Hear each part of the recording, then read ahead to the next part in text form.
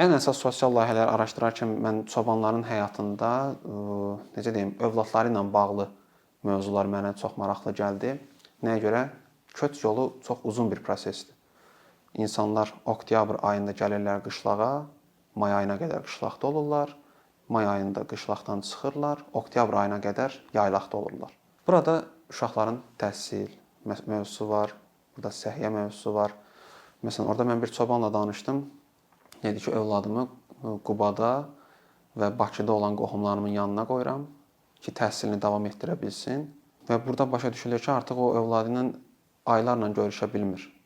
Yəni bunun artıq görülür ki, köçsün insan həyatına müəyyən qədər mənfi təsirlər də var. Orada məsələn bir çoban var idi. Məsələn deyirdi ki, mən hər şeyimi satıb Bakıya da gələ bilərəm. Bu həyatdan necə deyim, imtina edə bilərəm. Bəs sonra necə olacaq? Məsələn, deyir ki, mənim ulu babam, atam hamısı çoban olub. Yəni bu bizim artıq bir həyat tərzimizdir.